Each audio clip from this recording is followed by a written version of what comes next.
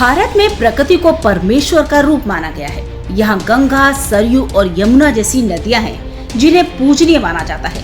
शुभ कामों में इन नदियों के पानी का न केवल इस्तेमाल होता है बल्कि इनके जल को रोग निवारक माना गया है। लेकिन देश में एक ऐसी भी नदी है जिसका पानी पीना तो क्या, लोग छूने से भी डरते हैं।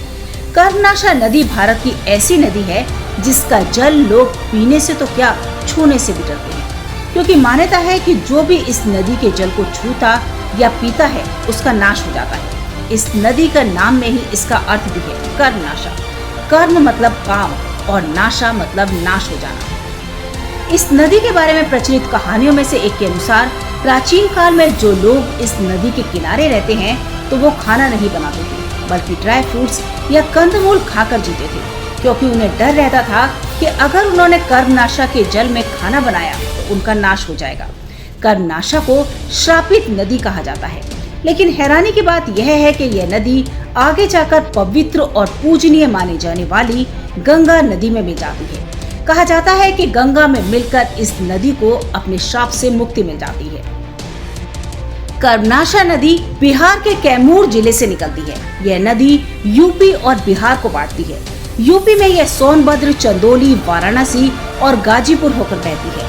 192 किलोमीटर लंबी इस नदी का 116 किलोमीटर हिस्सा उत्तर प्रदेश में आता है।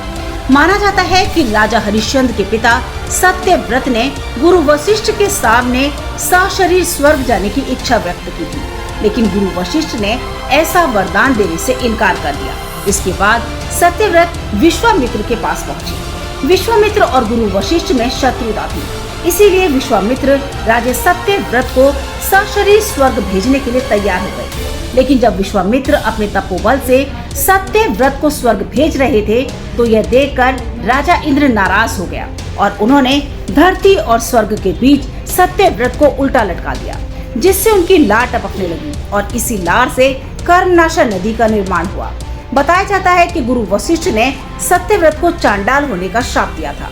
तमाम बड़ी खबरों के लिए बने रहिए किन्नी टाइम्स के साथ। वीडियो को लाइक करें, चैनल को सब्सक्राइब करना ना भूलें।